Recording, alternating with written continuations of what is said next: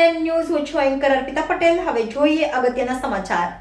ભગવાન શ્રી રામલલ્લાની જન્મભૂમિ પ્રાણ પ્રતિષ્ઠા હોવાથી તારીખ 22/1/2024 અયોધ્યા ખાતે થઈ રહી હતી।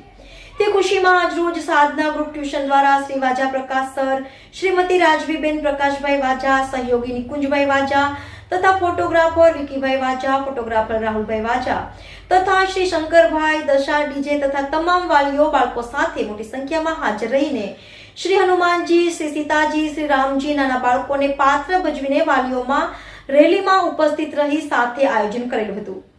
રિપોર્ટર મહેશ પી મકવાણા, એનએન ન્યૂઝ।